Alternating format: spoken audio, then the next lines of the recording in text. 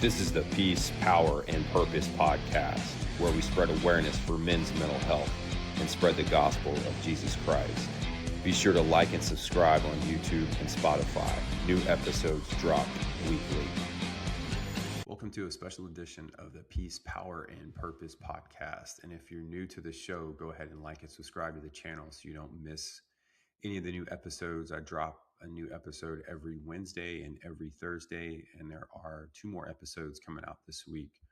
Today, I am joined by Fransi Rottmaier. She is from Germany, so we're going international today. She has a background in elite canine work, military service, and private security. Today, the conversation is going to drift into trauma, identity, survival, and dealing with fear. I'm really excited about this episode. This is a unique opportunity for our platform. Somehow we've reached a lot of international viewers and fans, so it's an honor today to sit down with Fransi and get her story. Thanks for tuning in to the Peace, Power, and Purpose podcast. Fransi, thank you so much for joining the Peace, Power, and Purpose podcast today, all the way from Germany. This is awesome. Thank you for being here. You're welcome. Thank you for inviting. Yeah, of course. What part of Germany are you in exactly? I'm in the western south, close to Stuttgart. Nice. Okay, so I lived in Stuttgart as a kid for 3 years. That's cool. That's very cool. Yeah, I have not been back since, we moved from Germany in 1989 back to the US. Oh. So I was there for 2nd, 3rd, and 4th grade. I loved being over there. It was a really cool country. Yeah, it changed a lot I bet. the last 20 or 30 years. So, Yeah, we left right before the wall came down. okay. So yeah, we were in Stuttgart for 3 years, but very cool.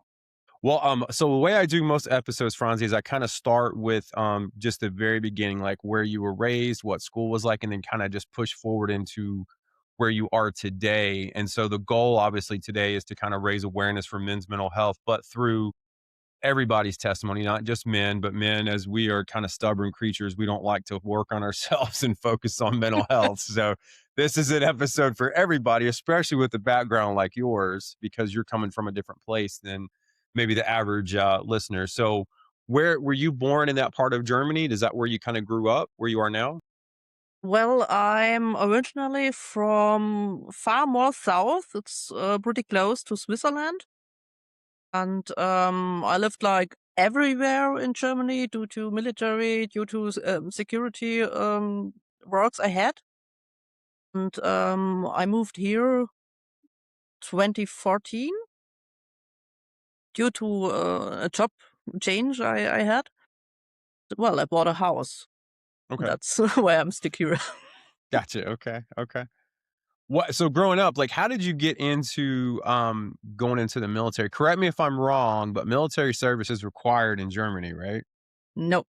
Oh, it's not. Okay, I was No. wrong. Okay, I was wrong. To the time I enlisted, it was required for males. So Okay. men, they could say no, I don't want to, but they had to. It was like, well, the 4th year that women were allowed to enlist for open. So not only for, well, the music corps or being a medic. And, well, I enlisted because I was interested into military for my whole life. And before I got into there, I was training sled dogs and doing a lot of, well, survival training and adventure tours. And for me, it was the only, well, way to go. Did you have a family that was military? Did that kind of Nope, inspire you? they No? Okay. did not like my decision. They really, really did not like it. Okay. Was there another career field they wanted you to go towards? Police? Oh, really? Okay. Well, I did in school. I was like high school. Well, we have a little bit a different school system than the USA. Well, I think you can call it high school. I was into the job introduction to police. Yeah, and in the end, the military was opening up, and yeah, I was going there. Okay. So as far as the career path and kind of working forward, when you first enlisted in the Army, were you working with canines, or did you do something completely different than Nope. that? Okay. I was at the very first in basic at the mechanized infantry and then joined into mountain infantry. Well, as a specialized unit in the Alpine area, which trains all the specialized units for rough warfare in all terrains like mountains and yeah, That sounds going there with intense. Yeah, with that sounds intense. mules and skiing and survival training. But my problem was that I got so bad hurt in basic that I could not go out in the mountain with the guys, and that was well the reason why I got into the canine Hmm, okay. Well, because it was not an option for me being in a office. right, right. So let me ask you this question real quick because the American military has changed a lot over the years, especially in 2026. As a female, did you face a lot of discrimination going into the military? What's it like in Germany compared to the US? Yes. Okay. Nowadays, it's not that much a problem, but like I said, I joined in the first year. So 2001 was the first female to go into the open, well, the infantry and everything. And the time I was going into there was a lot of frustration and, well, just bullshit going on there. Yeah, it was a transition time. And the stress, it was not only that the females were discriminating, but also the men who had to train the females also had a lot of troubles. And, well, at the end, the weakest point gets beaten up. So kind of survival of the fittest, I guess. Yes, survival of the fittest, and when you can lick boots very well, you get further, and it was for me. For me, it was a big problem because I was raised in a way that if you are the fittest and you do a good job and everything, that has to be enough. Yeah, and it wasn't. And that wasn't, well, I was very young. I was 18 years old. I had no clue of everything. And it was not how the world was running. Right, right. So if I understand correctly, you're kind of it sounds like if you didn't suck up, you didn't get promoted. Is that correct? Yes. It's very similar. I wouldn't say Yeah. the military is quite like that, but law enforcement in the US, from my experience, is a lot like that. Yeah. Yeah, it's very good old boy network, at least for where, Yeah. I'm in the South, and I'm sure you folks have a different perception on the South over here in America.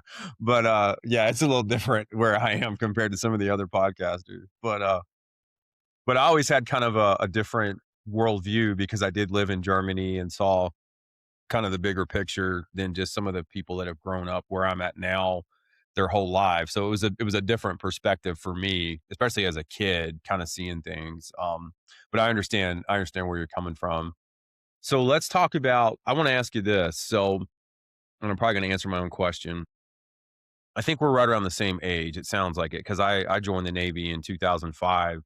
Yeah, But I was with same time me okay. joining the military. Gotcha, okay.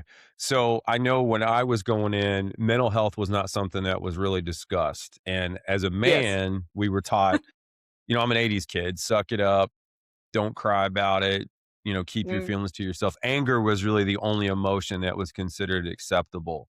Can you relate to that? Can you share your experience with that?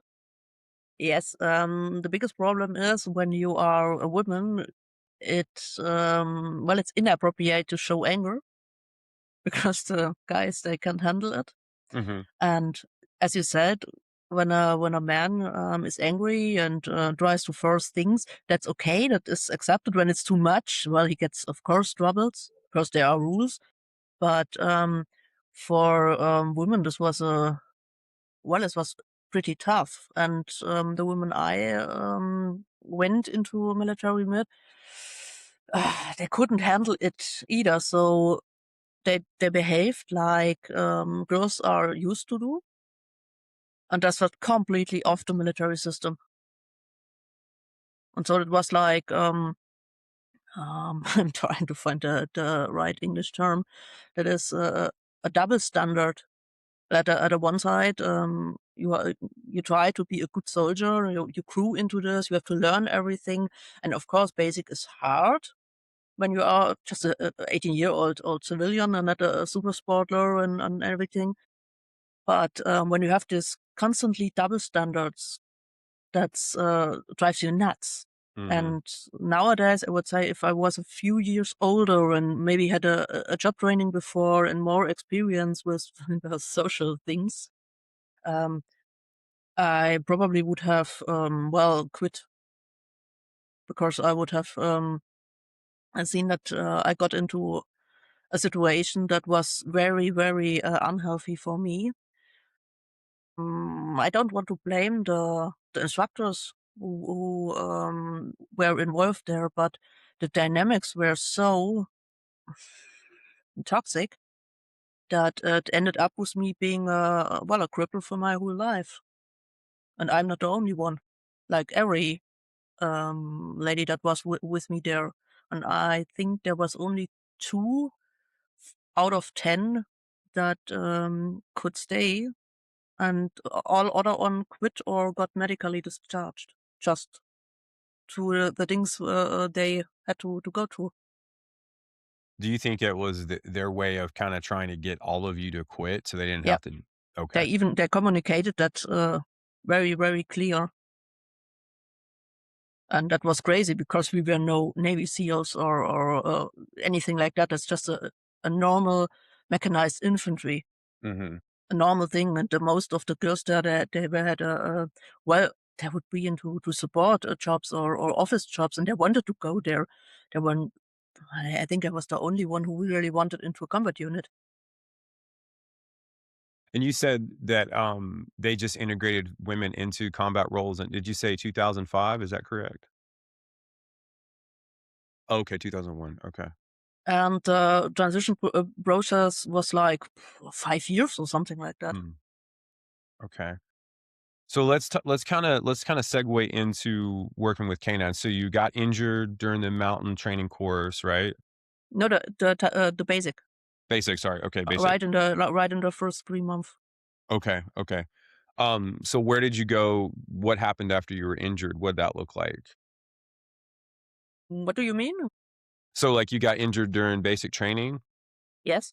Okay, so but you stayed in the military, Yeah. correct? You were able to Yeah. heal? Okay. So once you healed, where did you go from after basic? Where did you go to the mechanized infantry unit? Yeah, I was at basic, I was in the mechanized, and then I had to go into my new unit. This was the mountain infantry.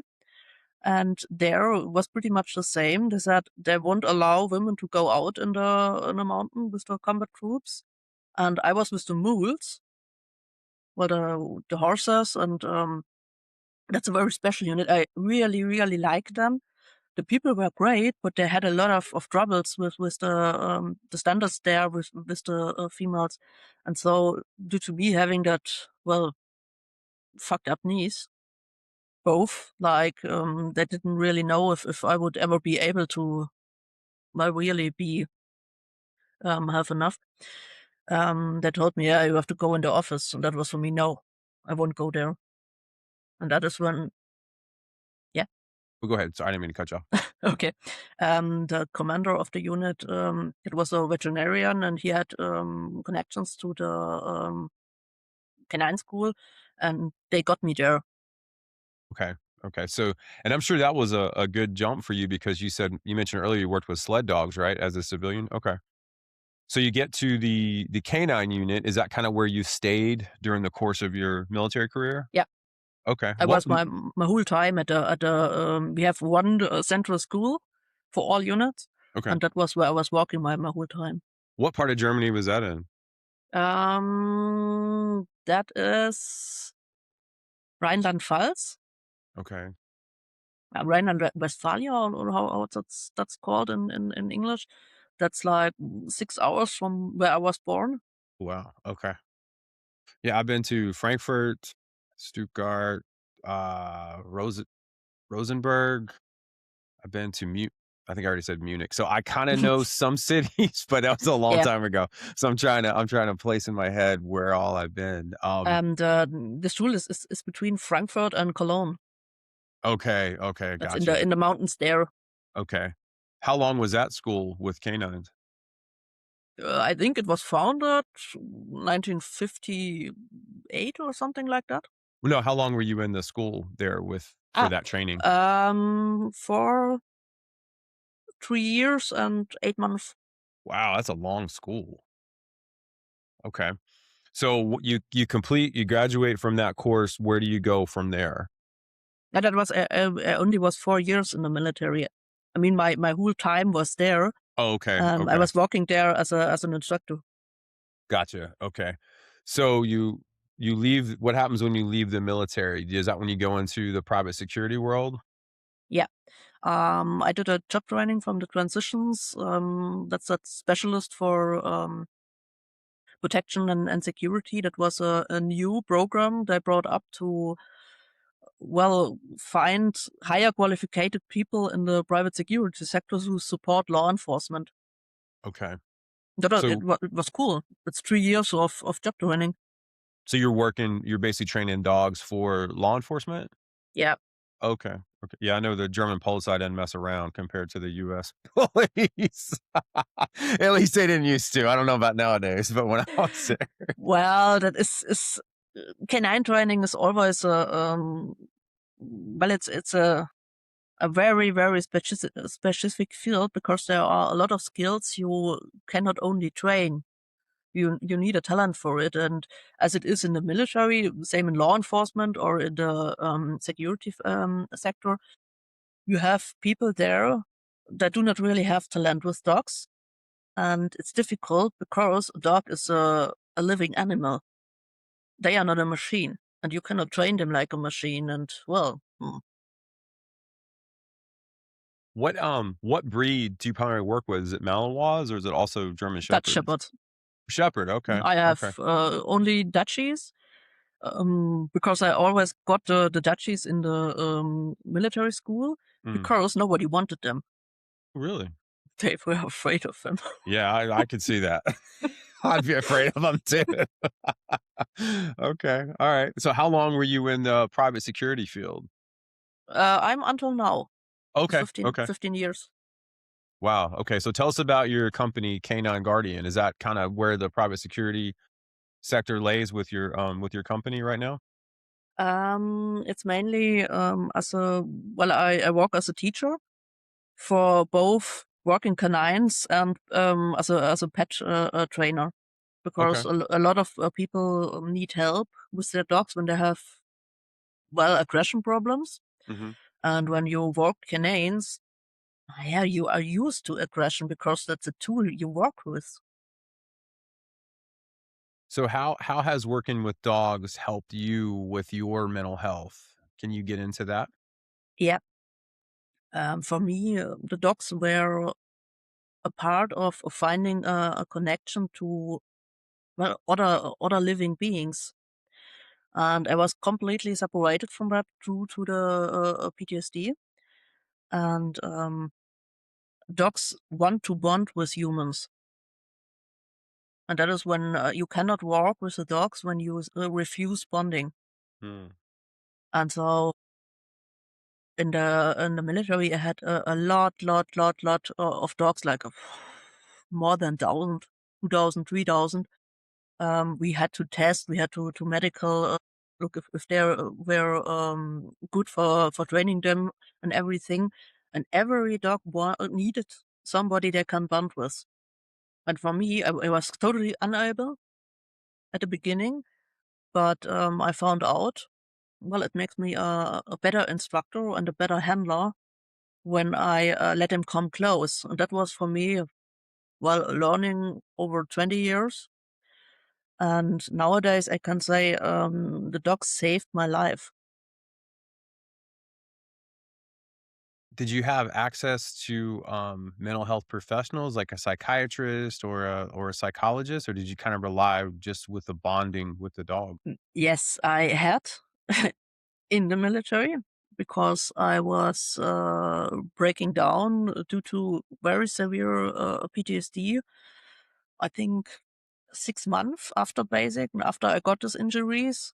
in this experience, and I was rushed into hospital and was waking up in the, well, mental health facility, and it was not really happy there because I was forced to work on the stuff, and the big problem was back in 26. That was when this breakdown happened. Well, the understanding from PTSD was not very good. And even the therapist and the doctors tried to work with it. There were a lot of good people trying to do good things, but they did not have the tools to. They did not know how to. And for me, the biggest stressor was that I did not have my dog with me. That And makes so, sense. yeah, it was there like 3 months, I think. They tried to stabilize me, but they sent me back into my unit to my dog because they said I would die without them. They cannot help me. And that was harsh because when I came back there, I was, well, the freak with mental health problems. That was not nice. So it really sounds like you benefited more from the bonding with your animal versus actually Yeah, with professionals. yeah, Do you yeah. see that more now in the present day with when it comes to mental health and the job field that you're in, that the dogs offer that support system maybe better than an actual human professional? Well, it depends. I think with me, it's very a special thing because me as an autist, I have troubles connecting to humans. And for me, it's easier connecting to dogs. But a normal person who is, well, just raised normal or has a childhood traumas, who lies into bonding troubles, um, it's better they have help from a therapist, from a human. But a dog can be a very, very great support because they reach, well, regions in our brain and our, well, stress system that a human therapist cannot reach because most of the therapy is about language, and that's a totally different part of the brain than the problems you have, well, mostly with PTSD. For example, when you don't have the body sensation and you're cut off from it, that's what most have. I had it too. What's even more effective than just working with dogs is working with horses, because horses as a prey animal, they have a natural understanding for fear, and it's not a predator. A dog is a predator, and you as a human and most, well, guys in law enforcement and military, they try to be a predator because you need it when you have to fight monsters. Mm. That's totally okay. But humans are not like a dog or like a lion or like a tiger. We are not a full part predator. We are always a part prey, especially when we are alone. Humans are made for being strong in groups. And when you meet a horse is a prey animal, has exactly the same problem. A lone horse is prey, is food, it's death. And when you have troubles with these raised entities and this hyperregulation what PTSD makes, and you see how the horses deal with it by seeking help by others, by bonding with others, by having a clear communication about where is danger, about who will face danger, who is fleeing. You can integrate it better. With dogs, most people with PTSD have the problem that they feel, well, they fear the predator part of a dog. And you need both. You need to integrate both to heal.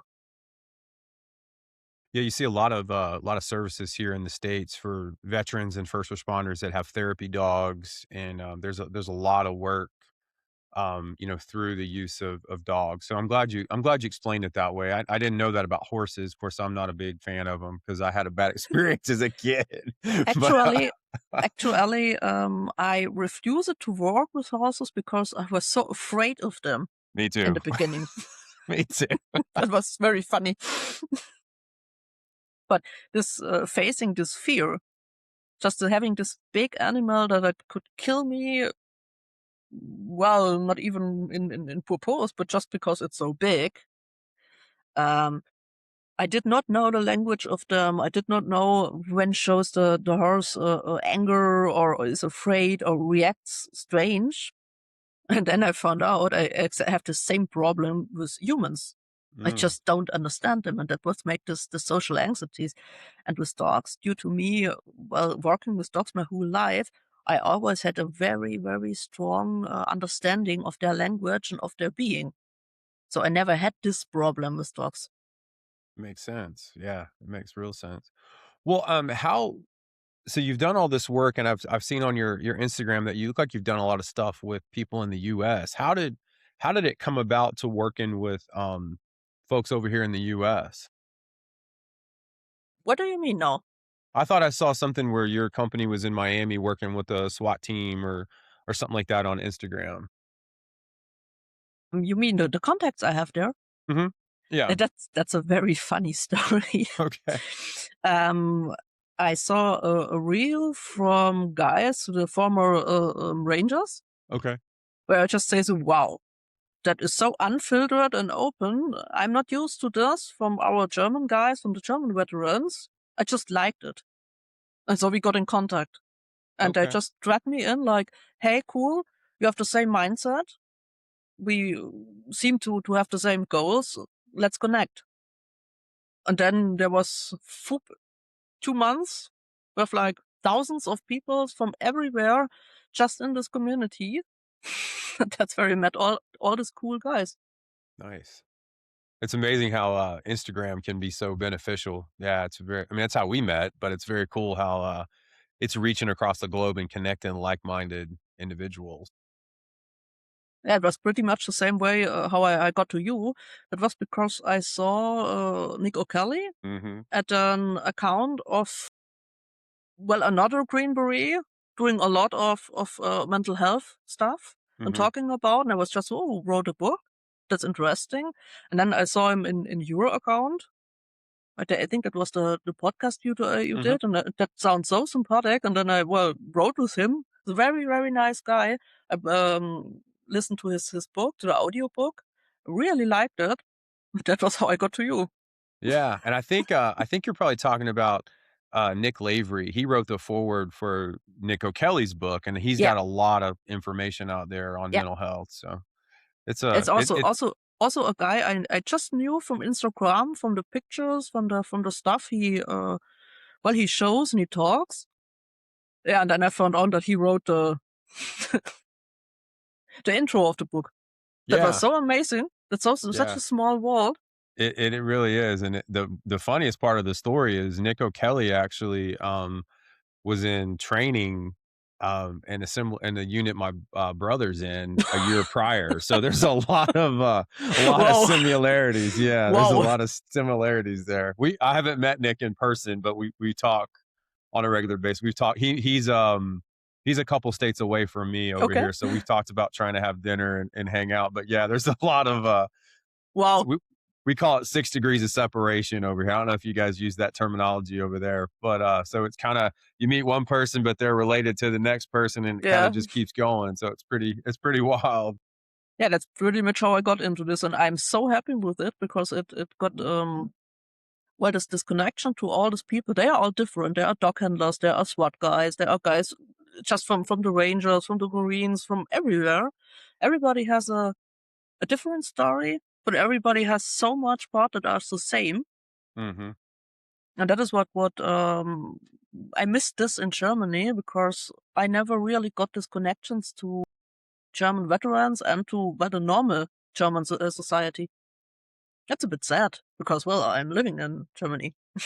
You know, though, Francie, I can relate to that. I actually have met more solid connections online than I have in person, and, it's kinda weird how the world works like that, but, I've met more authentic people online, than I really know in person and interact with on a regular basis. So it's yeah, I kind of understand where you're coming from, but it is nice that we all have this connection, because really with this podcast platform, I'm trying to build a kind of a network of people to help each other, and it keeps growing, but I'm trying to keep it to where there's constant interaction. That's great. Yeah, because I think it's really important, especially when it comes to mental health, because obviously there's professionals out there, and you can go to a counselor or a therapist, but it's also nice to hear a real perspective and a real story and a real testimony versus just some clinical rhetoric coming at you, where you can actually relate to folks. And I've actually got a female police officer coming on. She's a canine officer. She's coming on in Okay. February. So it's cool to kind of bring your perspective on, and then she's going to come on and share her story. But at the end of the day, there's a common bond between anyone that served in the military or law enforcement, because we are set apart from maybe the average everyday civilian. So Yeah. it kind of brings us together. What's your dog's name? I can hear him in the background. That's Varg. What's his name? Varg. Vark. Okay, That's well Nordic for wolf. cool. Plus, it's related to the riding wolves, the orcas in Lord of the Rings. Really? Okay. Can Yes. can we see him? I Is he wouldn't bring him here because he would sit on the laptop. okay. That's Okay, he's, yeah, no but problem. it's actually the dog you use the pictures for. Oh, okay, that's what I thought. Yeah, awesome. Yeah, Yeah, that's Varg. my son is 7, and he loves dogs, so I was showing him the picture. So I told him he may get to see see your dog today. Um, so I wanna shift gears a little bit, because this is a faith centered podcast. I wanna talk to you a little bit about what was your upbringing like when it came to faith and maybe going to church? Can you get into that a little bit?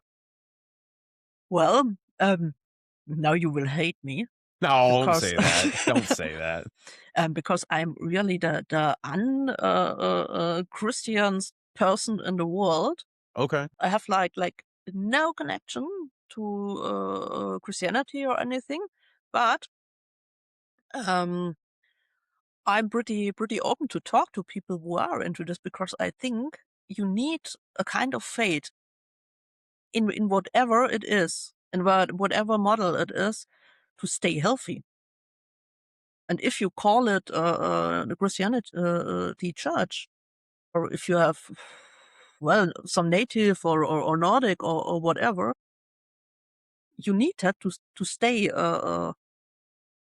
well healthy when it goes to stress, and when it goes to recover from trauma. Mhm. I agree. Well, let's step back a sec. I don't hate you because you No, I'm serious, I'm because of happy. the Christianity thing. And one thing that I have learned through my journey, I was raised in the church, but I stepped away from it when I was in my early 20s. And then I came back after going through my own trials and tribulations. So there's a difference in the physical church and then Christianity, at least in the States. So a lot of quote unquote people that go to church don't necessarily even know Christ. They talk about him, they judge other people for not looking a certain way or following a certain regimented schedule of church every Sunday. But Christianity is actually having a relationship with Jesus, and that relationship is available to anybody regardless of their past, their upbringing, where they're at in their life right now. So that's what I like to kind of tell folks. And I'm not perfect, trust me. I have a story, I've done a lot of things, but what I have learned through my journey back to spirituality is that even in my lowest points in life, even when I was trying to do everything on my own and my pride was getting in the way of everyone else in my life, Christ was always there. I didn't know he was there, but as I have journeyed back to him, now I see that he loves me, that I don't have to be defined by my past or carry shame or grief because of actions I did before, even though it's hard. It's not easy to just let that stuff go, but I know that he's there for me. And for me personally, that is the catalyst for, or he is the catalyst for mental health, because like you just said, you've got to have faith in something. You've got to have that light in the darkness to keep you on the right path and to stay the course. And so I like to kind of just bring up faith in every episode because it's my way of sharing my testimony and what the Lord has done for me. And He loves you. I mean, regardless of what kind of background you have. And it's good that you're open minded because it just shows that you're willing to hear someone else's perspective on it. Well, I think we in Germans are not as much as well into religious societies than you Americans are, because we don't really have this. Well, we don't have that contact to it. Maybe it was 40 years before or 60 years before my time when it was stronger, but nowadays, well, no. And yeah, maybe it's a reason because a lot of people feel unsafe. Because people feel unsafe. Is that what you said? Yeah, it's like that they feel lost. And I can think maybe they need something like that, but Hmm. at the other side, well, most don't like it, and that's a problem. It's like Jakob said, things with pride or this like, oh, there is no proof that there is a God and everything. I think it's bullshit. That's not about. It's about this thing. You have to have a well a community. You need faith into something. You need a system where you can say, hey, okay, there is shit going on in my life, but there is a reason to go on.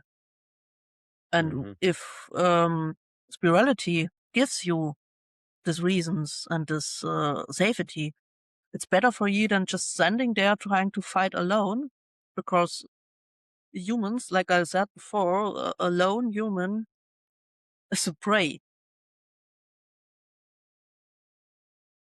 You're exactly right. And there is a verse in the Bible that talks about the devil prowling around like a roaring lion, ready to devour his prey. And so, if we're by ourselves, we're an easier target. There's strength in numbers, and it's sometimes it's hard to find those numbers, but Yeah.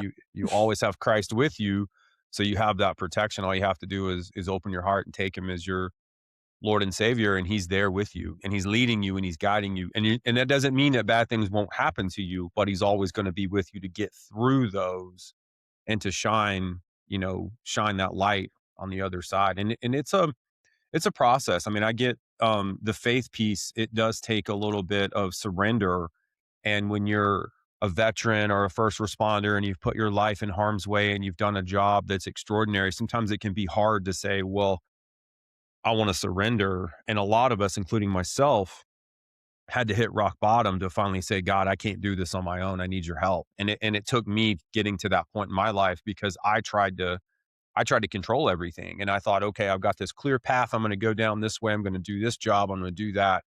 And life just doesn't always work out that way. Yeah, I had times where I hit the bottom, like you say it. But my problem was that I was always like alone. The only thing I had was my dogs, nothing else. Well, I have good friends, very nice people here in Germany. I can talk to. I can call up if there is a problem. But I noticed by myself when I'm really struggling, I just won't go and tell anyone. Right now, you feel like that? Um, it's better.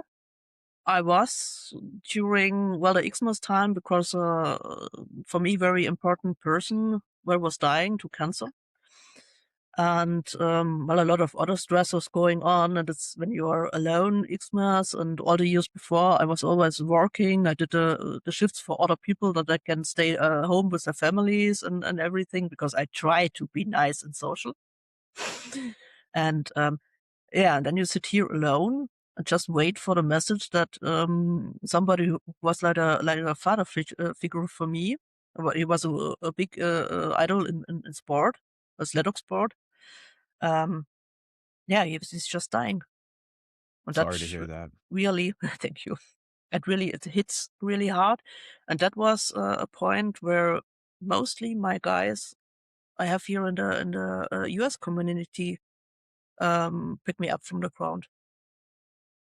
That's good to and I'm glad that you have that support, and you're not alone. I mean, you've got people that care about you, and, like I said, even with this, we're across the world with each other. I mean, this Yes. is a support system. I mean, sometimes that word gets kinda thrown around, but I I don't this isn't my full-time job. I'm doing this to give back and share, what I went through to help people, so I want you to know that this resource is here for you. And I have some friends that are professionals, and if you want contact information, if you think you need it, I can give it to you, and I'm always here. So I mean, my door's open. I mean, I'm not anybody special, but I've met some good connections and resources, and I've got those available.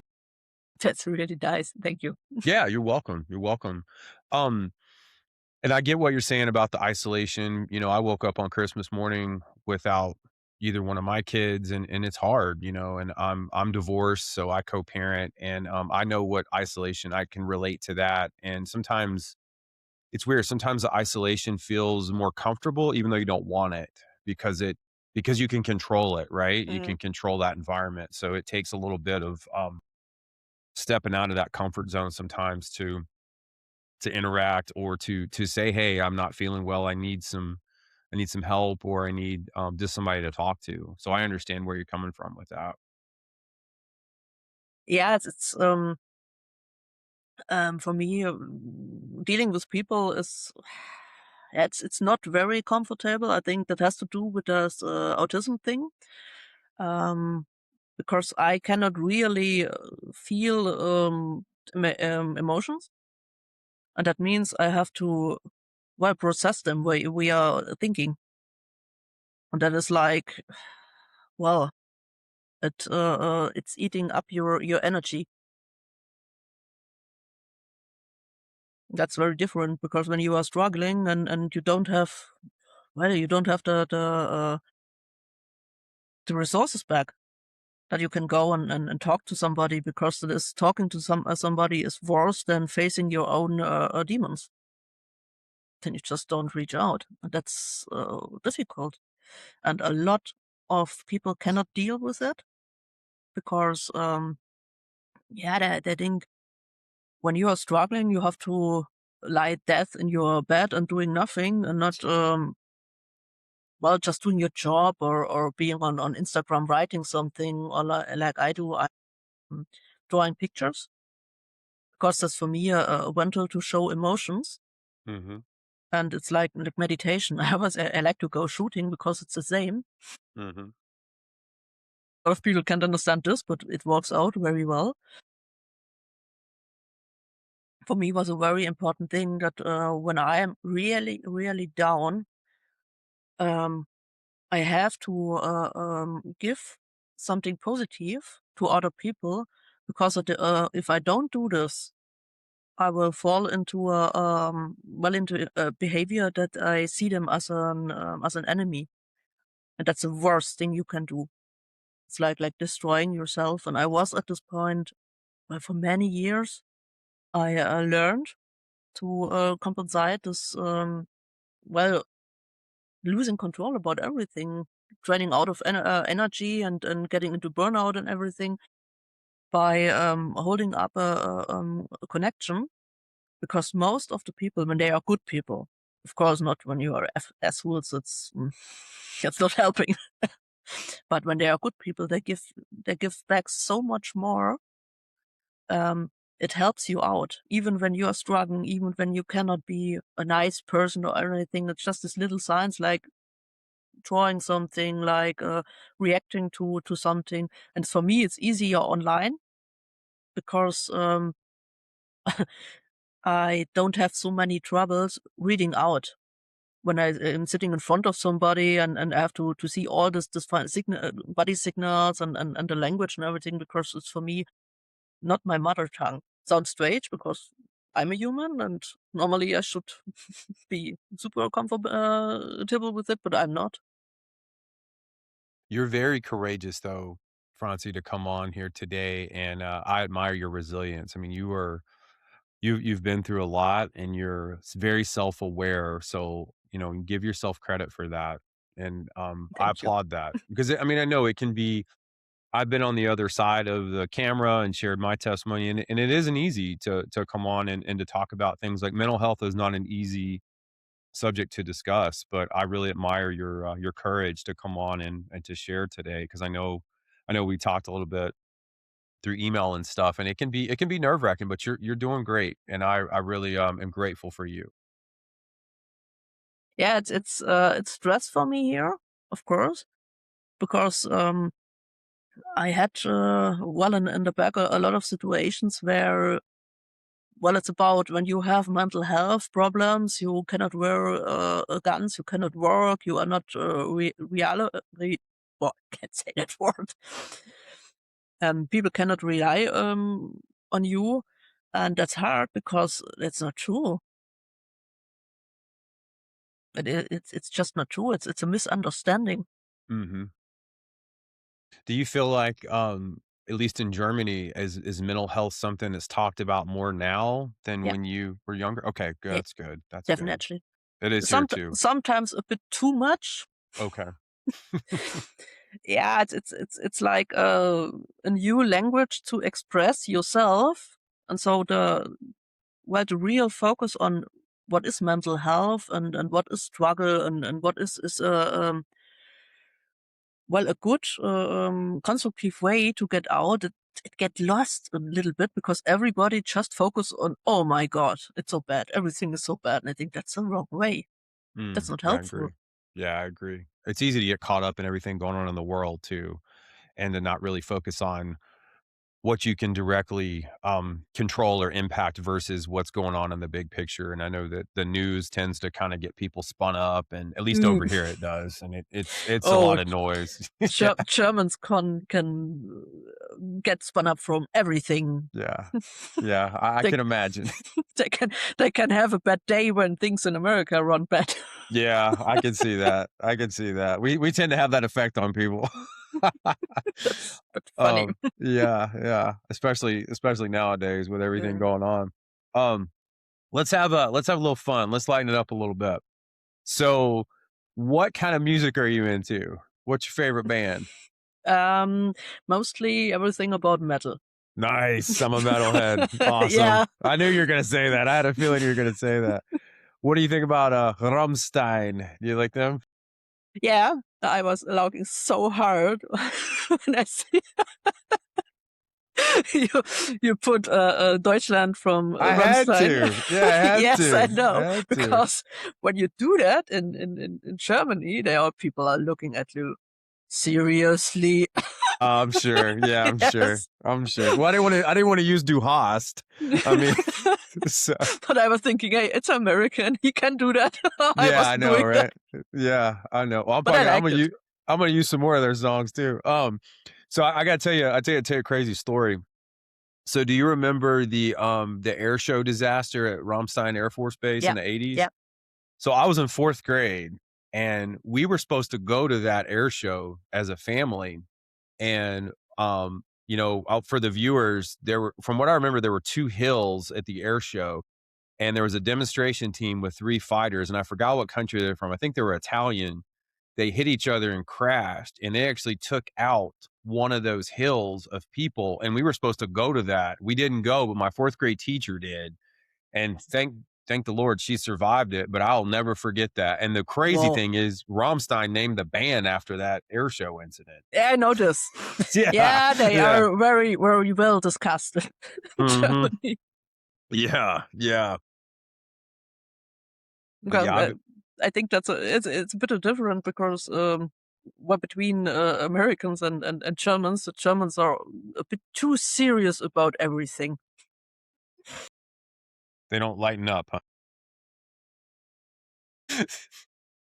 They were, but that you say that, like, growing up there, I mean, there was kind of a mixed reaction because some folks didn't want us there because, we were from the US and we were living on a Yeah, military base. But then the other side of the house, was, I mean, we went in town all the time, went to the mall, went to the zoo. the swimming pools. Most people were really cool. I mean, we stood out like sore thumbs. They knew we were Americans, but most people were pretty friendly from what I remember. We had we had security briefs as kids, like places like what we should and shouldn't talk about, and Yes, areas it's we better. shouldn't areas we shouldn't go to. But I remember the Volts marching. I remember the Christmas market, like the Kris Kringle mark. I remember all that stuff. Like Germany and during Christmas time was awesome as a kid. Yes, yes. So and I went to Denmark, I went to Austria. So it was a good experience for me. And I've always had a special place in my heart for Germany just because we lived there for 3 years and I haven't been back since the 80s, but I've always wanted to go back and see it as an adult for sure. Have you been over to the US at all? No. Really? And Okay. that's actually it's a big wish for me to come over there and well, just meet people of the communities in person, go to the shooting range and stuff like that. Yeah, yeah. That'd be really cool. I've got a couple friends that have organizations with for veterans and first responders, and that's a big part of their foundation is they have ranges and they do a lot of stuff. Maybe I can put you Yeah, in touch with great. some of those guys. Yeah. They're far away from me because I'm in Tennessee, but we're still good friends. But yeah, that's really cool that it's different here, but yeah, I think you'd enjoy it. Depending on where you go. I mean, all the states here are probably just like Germany. The towns are all a little different. The states here are all kind of unique in their own way. But for me, it's like everything is well, difficult due to my social Oh, right. anxieties and everything, and not feeling so comfortable around humans. But I'm pretty open to everything. And for me, it's just like, oh my god, I have to collect money to get a flight over there, or just find a way to get over there, because that's well, it was a dream for me for biggest part of my life, because my friends I had as a teenager, they were all American soldiers being deployed to Germany, and I left Germany in 2010, 2011, and that was pretty hard because I had nobody then. There were Americans that were stationed over there? Yeah, Okay, yeah. okay. So that's a little bit how I get into how I wanted to get into military, because my friends were just there. I got in contact with some base kids when I was like 9 or 10 Okay, over the yeah, sled dogs and the adventure stuff. yeah, Yeah, that's how things went up. nice, okay. Yeah, I was one of those kids a long time ago. Yes. Long time ago. Well, as we're kinda wrapping up, is there anything that you can share, Franzi, to, like, to our viewers, here on the show that maybe from your perspective, living in Germany, being in the military, working with dogs, is there one piece of advice that you'd like to give to our listeners that maybe are struggling with their mental health or don't really have the courage to reach out and to really work on it? Is there something you wanna share? Well, I think the most well, important part I can tell is the thing: don't run away from fear. So your fear is not your enemy. That's like your fear can tell you about the resources, about the parts you can grow more when you learn how to manage it, how you can handle it, and it's always an information for you. Where do you have a well, a certain part where you probably need more training, more skills, or just looking at it like maybe you cannot control your emotions good enough, and then you get afraid to lose control, self-control in situations. And these are things. The best indicator for it is when you feel uncomfortable, and when you start to well to notice fear. That's what the information what gives. And the other part is, and that's especially for the man, um, just because you need to be a predator, that doesn't make you a bad person. And I hear this a lot. even in the community, when I read this from the SWAT guys or from the military guys, and they said, "Wow, man, we are hunting demon, and it makes us, well, a part of a demon ourselves because we are doing the same things," and that's totally bullshit. Because you are not a demon because you have this, a capability of violence. You do it for protection, for a good purpose, for your community, for saving others' life, and you don't do it to, well, feeding on weaker people. You do it to support them, to protect them, and I think a lot of men should try to change their view on this, on aggression, on violence, and that is a thing. Well, mostly the dogs taught me, because they don't think like that. They like their own aggression, their love fight, and they they do not see you as a bad person when you can react to it, but they want you to be controlled and to do it in a constructive way. That's a thing we can learn, and we should learn, and probably we should more talk about. And I can say that as a woman, it's better to have a man being capable of this kind of aggression, of violence, than having a man who is running away, because this is the worst thing that can happen to you, because then you are alone, you are prey, even when you are a very strong lady who can protect themselves. Mm-hmm. That's a great point. And there's a saying that a friend of mine and I like to say is, you should be good, but you should also be dangerous. So it's a Yes, controlled aggression. So if it's yes, there if you need it, but you can still treat people with kindness and yes, yes, respect, yes, but then you can rip their head off if you need to. yes. That's it. And I would give it 100%. and Love it.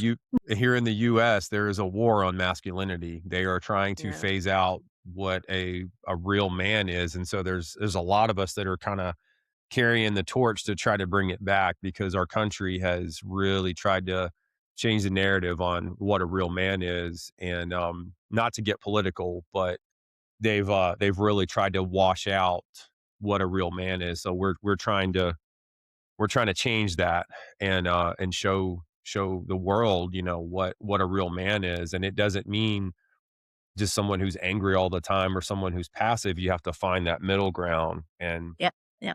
And That's I like the phrase, be an asset, not a liability. And if you can't stand and fight, you're a liability. Yeah, that's correct. We do have the same in Germany, but it's more difficult because of, well, Germans are taking everything too serious, and we have a lot of taboos and things you better don't, well, talk about. And I think you Americans have better chances to show what is a good way of strong masculinity than we do it have. We have it here in Germany, but probably we can take the good part of it as a role model. And I know my German friends will hate me now, but well, that's just how I think about it. Yeah, yeah. No, I that makes sense. That makes sense. What did they think about you coming on the podcast today? Well, I don't know what the people think who don't give me a feedback to it, but a lot, even of the Germans, I did not expect to be, well, they like it. They find it great, but I can't think a lot of others, yeah, would have very, very big eyes on it. Yeah, yeah. But well, it's the way I am. It's the way I live, and I think there is nothing wrong to talk about these things, because um, I am I'm a woman who does everything for herself. I protect myself. I defend myself. I live for myself. I have no man to rely on in my life, and I can talk about these things from a other perspective than maybe someone being in a marriage is not owning their own money and relying on somebody and says, hey, things should change, that I don't feel comfortable, everything. I think you should go the path with your own feet, and then you can say yes or no. And I think it's very important to stay open. Mm-hmm. How did you learn to speak English so well? Was that required in school? Because I'm No. amazed at how well you speak it. No. Actually, it's because I tried to talk to my American friends back when I was 8 or 9, and I was Oh, okay. horrible at English at school because I couldn't learn it from it. But chatting in American style and phone calling and being out with soldiers from the bases, they always with me as a little sister. And they explained me a lot, and when I was struggling because I just didn't know how to talk, well, we talk with hands and feet. Yeah. And that's how I learned English, and I didn't talk in 10 years, something like that. I was thinking, I forgot everything. But it's like when you do it, the more you do it, everything goes back. Yeah, that's awesome. I mean, you're very, very easy to understand. That's really cool. I hope so. Because I can't remember many. I mean, I know a couple cuss words in German, but I can't remember much in German. So I wish I did. We had to take it in school. I took 3 years of it, but I don't Oh my remember. God. Yeah, I don't remember any of it. Yeah, But German is not easy to learn. yeah, it wasn't, especially when you're second, third, and fourth grade and you don't want to do it. Yeah. But yeah. The same with English. Yeah, exactly. Right. Exactly. Well, as we're closing out, I want to share a scripture today because I like to do this on the episodes, and I'm going to be reading from the book of Psalms. It's in the Old Testament, and it's Psalms 143, verse 10. Show me what you want me to do. You are my God. Let your good spirit lead me over level ground. And my perception of that is God is always with you. He will show you the path to take if you reach out to him, if you ask him to be in your life, and if you trust him. And I know that can be hard for people sometimes. That's where the faith comes in. But he is good. He'll never leave or forsake you, and he will always be there for you. And something that I want to do, Fransi, is I want to stay in contact because you said you were open-minded, and I'm going to send you some scriptures periodically. And I want you to know that if you have any questions, I don't have all the answers. I'm not a preacher. I'm not a deacon, but I am happy to correspond and to kind of share my perspective on scripture. If you have any questions, I want you to know that I want to do what I can to be someone in your life that is a Christian and also a source of positivity, because there is so much darkness in this world. Yeah, I would like that. Awesome. Well, I'm gonna say a prayer for us and close out here. Is there anything you want to add to the episode before I do the prayer? No, I think we have talked about everything. Okay, great. Okay. All right. Well, I'm going to go ahead and pray for us. You ready? I'm ready. Father, thank you for today. Thank you for this podcast, and thank you for bringing Fransi on and sharing her story. Thank you for giving her the courage to step up and to talk about issues that are not easy to talk about, especially on this type of level where we're going to be on a YouTube and where people can see and hear.